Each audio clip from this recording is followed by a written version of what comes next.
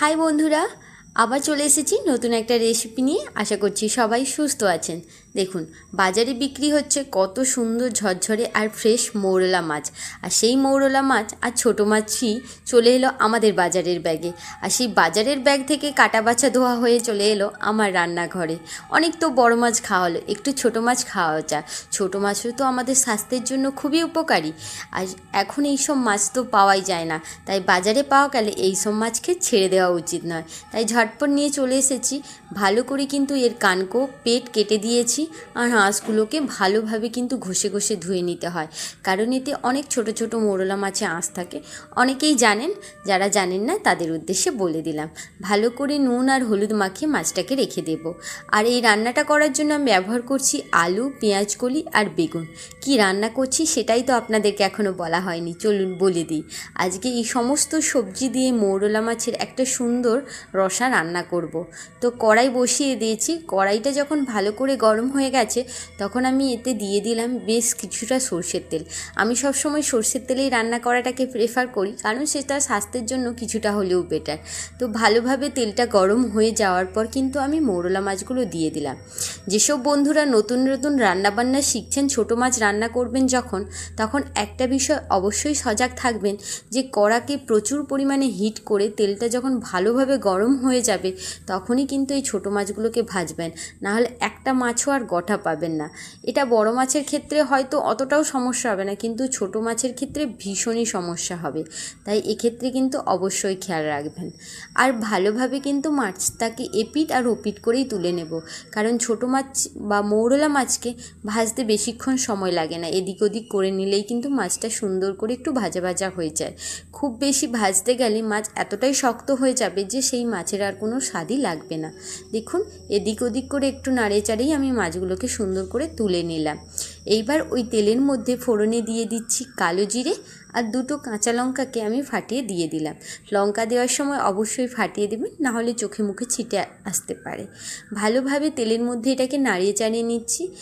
কালো জিরের একটা সুন্দর গন্ধ বেরোবে। আর যখন লঙ্কাটা এরকমভাবে ভাজা ভাজা হয়ে আসবে, তখন এতে আমি দিয়ে দিলাম লম্বা লম্বা করে কেটে নেওয়া আলুর টুকরোগুলো। দিয়ে ভালো করে একটু ভাজতে থাকবো। প্রথমে আলুটা দিয়ে দিলাম, কারণ আলুটা অন্যান্য সবজিগুলোর থেকে রান্না হতে একটু সময় বেশি লাগে, তাই আলুটাকে আগে দিয়ে ভালো করে ভেজে নেব। গ্রাম বাংলার মা বোনেরা তো প্রায়ই এই রান্নাটার সঙ্গে পরিচিত, তবে এইভাবে আপনারা চাইলে, যারা জানেন না তারা একবার বানিয়ে দেখবেন, অবশ্যই আপনাদের খুব ভালো লাগবে। দেখুন, কথা বলতে বলতে ঢাকনা চাপা দিয়ে আর খুলে খুলে আমি কিন্তু আলুটাকে বেশ খানিকটা ভাজা ভাজা করে নিয়েছি। ভাজা ভাজা যখন হয়ে এসছে, তখন এই বেগুন আর পেঁয়াজ কলিটা যে কুচিয়ে রেখেছিলাম, এই দুটোই কিন্তু আমি এতে অ্যাড করে দিলাম। এবার ভালো করে নাড়াতে থাকবো। তার আগে পরিমাণ মতো নুন কিন্তু আমি দিয়ে দিলাম, সঙ্গে দিয়ে দেব হলুদ গুঁড়ো।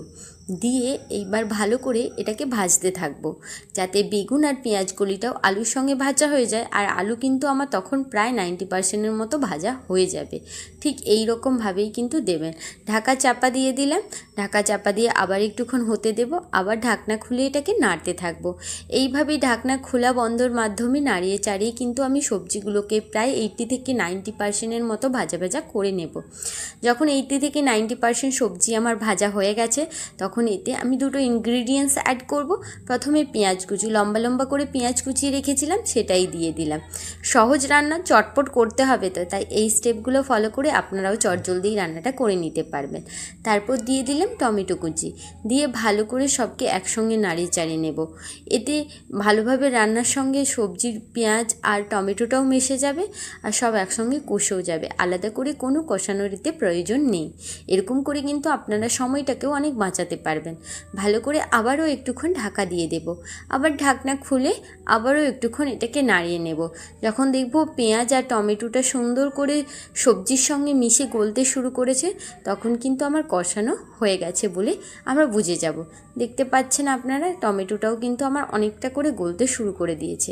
এইবার এতে ব্যবহার করব সর্ষে আর পোস্ত বাটা। পোস্ত 1 চামচ নিয়েছি, সর্ষে আমি হাফ চামচের মতো ব্যবহার করেছি। পোস্তর অর্ধেকটা সর্ষে নিয়েছি, ভালো করে শিলে বেটে নিয়ে এই রান্নার মধ্যে অ্যাড করে দিলাম। ভালো করে এবার মশলাটা দিয়ে কষাতে থাকবো, এদিক ওদিক করে কষিয়ে নেব একটুখানি। তারপরেই কিন্তু এতে আমি পরিমাণ মতো কিন্তু জলও অ্যাড করে দেব। তার আগে অবশ্যই আমি দিয়ে দেবো একটুখানি লঙ্কার গুঁড়ো, ঝালটা যাতে সুন্দরভাবে হয় আর খেতে যাতে ভালো হয়। লঙ্কার গুঁড়ো অ্যাড করে নিলাম, আর তার সঙ্গে দিয়ে দিচ্ছি একটুখানি জিরের গুঁড়ো, দিয়ে সামান্য একটু বাটি ধোয়া জল দিয়ে আগে ভালো করে এগুলোকে কষিয়ে নেব, যাতে লঙ্কাটা মিশে গিয়ে লঙ্কার ঝালটা কিন্তু অনেকটাই কমে যাবে। আচ্ছা, কে কে আছেন এমন বলুন তো যারা ছোটোখাটো এইসব মৌরলা, পুঁটি এইসব মাছ খেতে খুব ভালোবাসেন? আমাকে অবশ্যই কমেন্ট বক্সে জানাবেন। আর ওপর থেকে দিয়ে দিলাম একটুখানি ধনেপাতা কুচি, দিয়ে ভালো করে কষিয়ে নেব। ভালো করে নাড়াচাড়া করে নেওয়ার পর এইবার আমি এতে অ্যাড করব পরিমাণ মতো জল। খুব বেশি জল যেহেতু দেব না, যেহেতু আমার সমস্ত সবজি ভাজা হয়ে গেছে। আর এই রান্নায় কিন্তু সমস্ত ভাজাভুজি করেই তারপর জল অ্যাড করবেন, না হলে কিন্তু রান্নার স্বাদ সেইভাবে আপনারা পাবেন না। তাই আমি এই সময় এতে জল অ্যাড করলাম, পরিমাণ মতো জল অ্যাড করেছি। কখনোই এক গলা জল এতে ব্যবহার করা যাবে না, খুব সামান্য একটু জল অ্যাড করলাম। এবার সবজিটাকে ফুটতে দেবই মশলা জলের সঙ্গে। ভালো করে যখন ফুটে উঠবে তখন কিন্তু এবার উপর থেকে আমি মৌরলা মাছগুলো ছড়িয়ে দেবো, কারণ মৌরলা মাছ দেওয়ার পর বেশিক্ষণ ধরে এটাকে আমাকে কিন্তু রান্না করতে হবে না, জাস্ট এদিক ওদিক করে একটুক্ষণ হওয়ার পরেই কিন্তু রান্নাটা হয়ে যাবে। ভালো করে নাড়িয়ে চাড়িয়ে কিন্তু দেখো মৌরলা মাছগুলোকে আমি মিশিয়ে নিলাম, নিয়ে আবার একটা ঢাকা চাপা দিয়ে রেখে দেব কিছুক্ষণের জন্য, ওটা হতে থাকুক। দেখলেন তো কত সহজ রান্না আর কত চটজলদি হয়ে যায়। গরমের দিনে এরকম একটা হালকা পাতলা খাবার কিন্তু খেতে দুর্দান্ত লাগে। অবশ্যই তোমরা একবার ট্রাই করে দেখো, যারা ছোটো মাছ খেতে ভালোবাসো তাদের তো অবশ্যই ভালো লাগবে। আর ছোটো মাছ আমাদের স্বাস্থ্যের জন্য তো অনেক উপকারী, সেই জন্য এরকম একটা রান্না অবশ্যই একবার ট্রাই করাই যায়। আবারও উপর থেকে আমি বেশ কিছুটা ধনেপাতা কুচি অ্যাড করে দিলাম। এবার চলুন গরম গরম পরিবেশন করার পালা। লোভনীয় স্বাদের এই মৌরলা মাছের রসা না খেতে অপূর্ব লাগে। দেখতে সাধারণ, খেতে অসাধারণ। এই মৌরলা মাছের রসা অবশ্যই বাড়িতে একবার বানিয়ে দেখবেন, আঙুল চেটে পুটে খাবে এটা বলে দিলাম। এত সুন্দরই হবে এর স্বাদ। খুব হালকা পাতলা রান্না, ঝটপট পরিবেশন করা হয়ে গেল। তো তোমরা অবশ্যই একবার বানিয়ে খাও। তোমাদের জন্য আরও বিভিন্ন ধরনের স্ন্যাক্স এবং টিফিন রেসিপি নিয়ে আমি খুব শীঘ্রই আসব। তো তোমরা আমার পাশে অবশ্যই থেকো বন্ধু হয়ে, আর আমাকে এরকমভাবে ইন্সপিরেশন দিও যাতে আমি নিত্য নতুন ভিডিও নিয়ে আসতে পারি। তো আজ তবে আমি আসি বন্ধুরা, খুব শীঘ্রই দেখা হবে অন্য কোনো ভ্যারাইটির রান্না নিয়ে আমি আসবো। ততক্ষণের জন্য সবাই সুস্থ থাকুন, ভালো থাকুন, আর খুব শীঘ্রই আপনাদের সঙ্গে আবারও আমার দেখা হবে। আর অবশ্যই একবার বানিয়ে উপভোগ করুন এই রান্নাটি।